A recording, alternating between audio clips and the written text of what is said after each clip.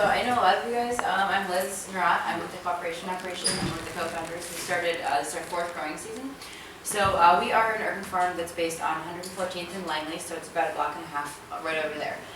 It's open year-round, but our operational time is from May to through the 1st of November, so through Halloween. And the way that we work is so a lot of different people came together. We wanted to start this project. So what we initially thought, what we wanted to do was create a space where people could come and they could learn and they could ask questions and they could get their hands dirty and they could come and volunteer and then take whatever they helped to grow with them. So it's all volunteer based. It's not for sale. It's all so people come and they work with us. We work with lots of different student groups. We work with student groups at Pullman Elementary, lots of different high schools, colleges, and elementary schools that are around the city of Chicago. And they come and they do workshops with us. We talk about how to grow food. We talk about the importance of eating healthy. We have different workshops as well. We have yoga classes. We have had Tai Chi classes in the past. We've had this year we're going to be doing more daytime conversations, so we're having workshops in the middle of our work days. Our work days are Wednesdays and Saturdays from 10 to 3. We do Wednesdays for people who work, service jobs and things like that on the weekends, and then we do Saturday workshops for people who are busy during the week. So it's accessible for most people's schedules, one day or the other. And so what we're going to be starting to do is once or twice a week, we're going to be having workshops in the middle of the day as well, talking about sustainability, talking about how to heal soil, talking about importance of health, talking about for food, how to eat healthy, just lots of different topics that some of us and people that we know, contacts from Pullman and from other parts of the city that we work with or are partnered with are knowledgeable about. So the idea is that it's an educational space. And anyone can come and volunteer. You don't need to have any experience. We have lots of different projects going on in terms of repurposing materials as well. The majority of the materials on the space are actually repurposed materials. The space itself is a repurposed space. It was a former paint waste processing facility that was owned by Sherwin-Williams. And what we're doing with the land itself is, while it was remediated by the EPA, we're doing our own form of remediation with mushroom culture. So we're doing mycelial remediation on the whole space as well. So with the idea of that is that you're actually able to undo what has been done by the toxic chemicals that were leached into the ground. So that's early on. We're early on in the stages of that. It's a several-year-long process, but everything we do currently is in elevated raised beds, so it's totally safe, and it's very safe. It's safe to walk on too. You just wouldn't want to grow the food in the field right now. But the whole thing is very safe. We make sure to keep everything above ground, as is an issue with a lot of Chicago areas. A lot of Chicago soil is very toxic. So we're implementing safety precautions and also methods of healing the soil. So we have a lot of different projects going on, a lot of repurposing projects and a lot of repurposed or reused materials, and basically anyone can come and work with us any of the Wednesdays and Saturdays.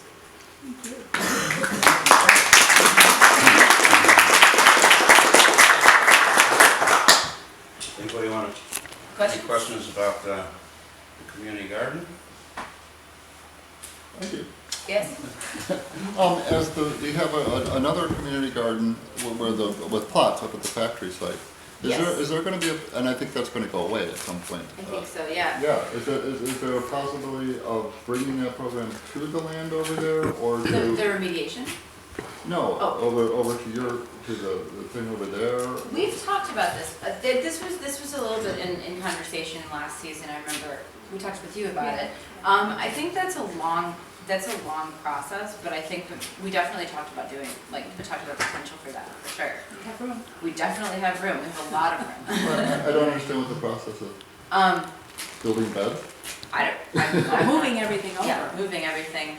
Just The dirt. yeah. Oh, Let The it take bed, with the it. third. Yeah, Okay, so the moving soil, dirt the over beds, is the the wood, process. whatever. It's a big undertaking.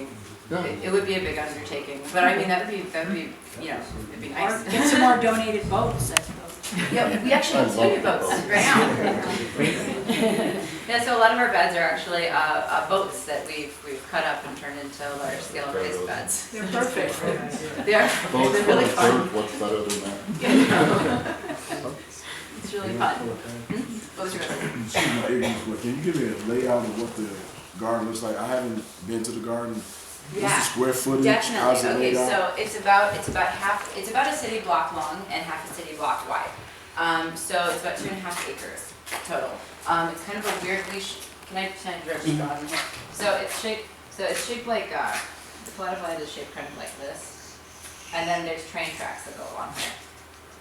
So this is where we have all the garden beds. And then this is where we're doing the mixed field remediation. This is our entranceway. There's a little road that we made there. And this is where we have our greenhouse and our tool shed. We have a shipping container on the space. We have lots of large scale raised beds that were made with concrete barriers. We have a herb garden up front. And then back here we have these that belong to Mark, who's one of our neighbors and is an awesome person. And he stores them up there.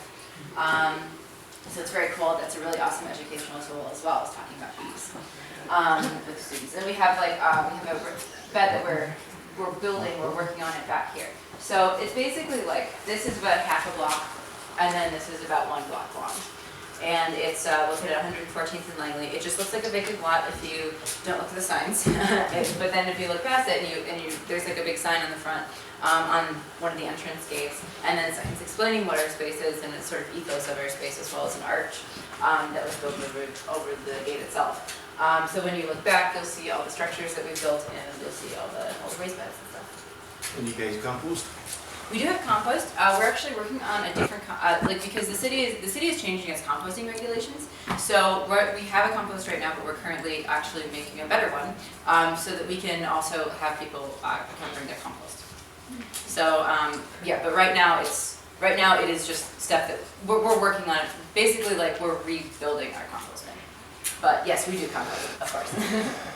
Yes.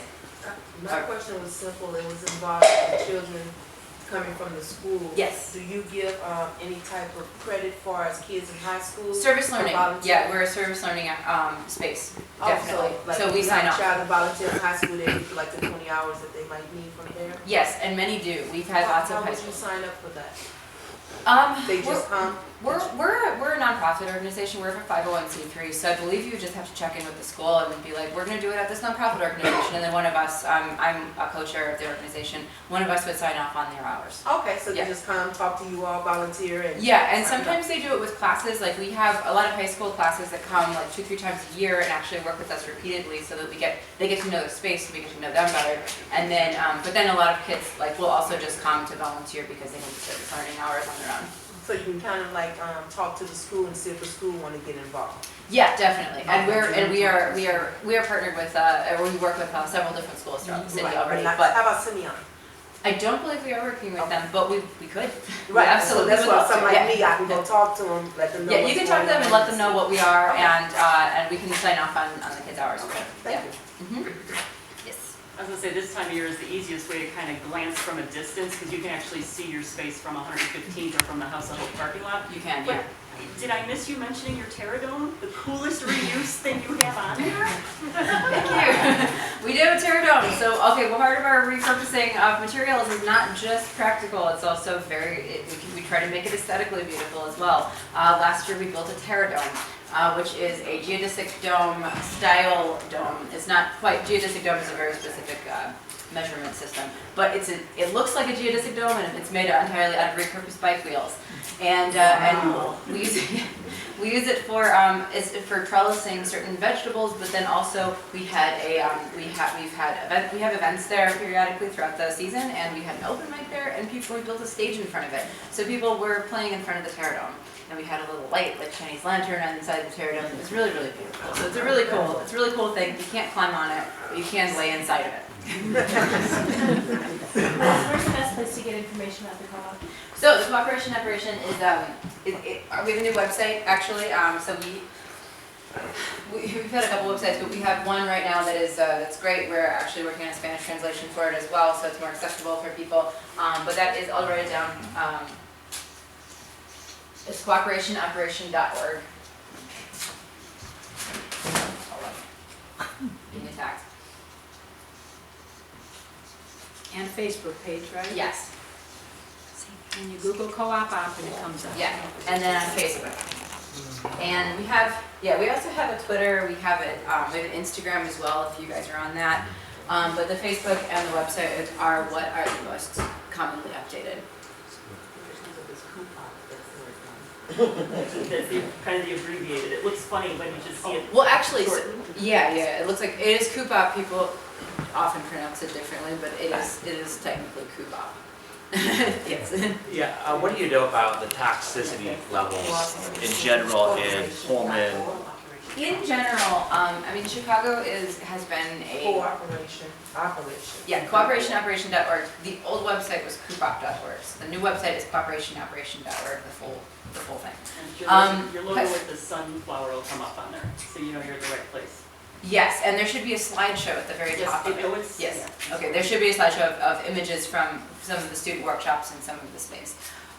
So the toxicity of the soil, Chicago has been a large production industrial city for so long that and we also had 2 very toxic coal plants on that were had been around for about 190, 100 years until a couple of years ago. That I know he worked with organizations working to shut them down, as did I.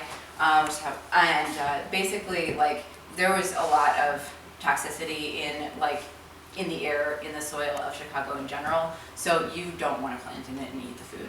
Some people do. I know some people who do, and I try to encourage them not to. But it's you can get your soil tested, but it's kind of risky. You want to use an organic compost. Yeah. Do you have an apiary at the site? Yeah. Yes. Yeah, the bees. Yeah. Yes, we do. We have 4 beehives that belong to one of our. Yeah, we have 4 beehives that belong to one of our community members, Mark, who I don't believe is here today. But he has one in his backyard as well. He makes Pullman honey. And He has it for sale. he has it for sale. It's delicious. Very reasonable too. Yeah. And then and since our space has a lot of natural wildflowers that grow, we let some of them keep growing so that the bees have a lot to eat. And the bees love it. And the bees are really cool to show people too, because a lot of people are scared of bees, and it's really nice to be actually bees are not scary. I'm just gonna ask you how is the beef doing, but it's not here, so. Yeah. It's okay. Right, cool. Anybody? What did you say was for sale? Honey. Yeah, but that's not ours though. That's Mark's. We don't really sell anything. Everything is volunteer based. Is there an opportunity or an attempt to multiply the hives or hive keepers? Well, the thing is, it's kind of up to, we also don't want it to be imposing on people who are scared of bees, because right now we have 4 beehives, so we could potentially take a few more, but realistically we also want to make it a space that's safe and not stressful for people who do have a phobia of bees. So having 4 hives is a good amount, probably a couple more would be fine, but expanding it significantly I think might be frightening for some of the children and anyone who's scared of bees. All of these are awesome. But When I was a teenager, my father and I kept 9 hives. oh yeah, no, I don't think they're definitely not scary. But the thing is also when we've talked about potentially combining the space with garden club stuff that's over at the factory site, that's a conversation too. How many are over at the factory? I don't How many know. hives are over at the factory? No, I can answer that one. So we did keep these at the factory up in Pullman and we moved them. There's 1 hive there now, and Method has been generous enough, and there's about 7 hives up there. Oh, nice. And that's through the Pullman Bee Club. And you're welcome to join that or look online for that as well. I think membership's open. And they would be, and I know Method is open to keeping more bees on their site too. And there's one more opportunity about bees. Norma led me to this article about the Oak Lawn Garden Club, which is making an effort to involve the mason bees, which is what is the name for native bees. You see, the bees that we think of as honeybees, the ones that sting, are European. They were brought here by the pilgrims and so on who wanted to work with bees that they were familiar with. And they're not native here, and that's why they're mad at us and sting us. It's become quite an industry, and now there are businesses which rent their bees and bring them to your orchard at the right time, and then take them away and take them to another orchard at the right time. And so they're a for-profit industry. But anyone can attract these mason bees, which don't sting, or at least if they do, it's a very mild, not life-threatening type situation. And so you can get part of a project with this Oak Lawn, which the Oak Lawn Garden Club has been doing, and we could also do ourselves. And the thing that fascinated me about it is the raw material they use to make these little inviting little homes to attract the native bees is they use these, which are part of the Phragmites plant, the one that is the bane of the cattails all along the expressway and all along the ditches. And they take the hollow part of these and they glue them together. They cut them in suitable lengths and they glue them together, or just wedge them into any appropriate space, and then they hang them in a tree or hang them on the back of their house or wherever. And when the bees emerge from their, these native bees, when they emerge from their hibernation in the spring, they're looking around for little holes. They're looking around for some place that they can make their home and lay their egg. And when you put something up that's welcoming them, they'll make their home around you, and they're not as dangerous as some people worry about the other bees. So, a future project. And also cut down the Phragmites.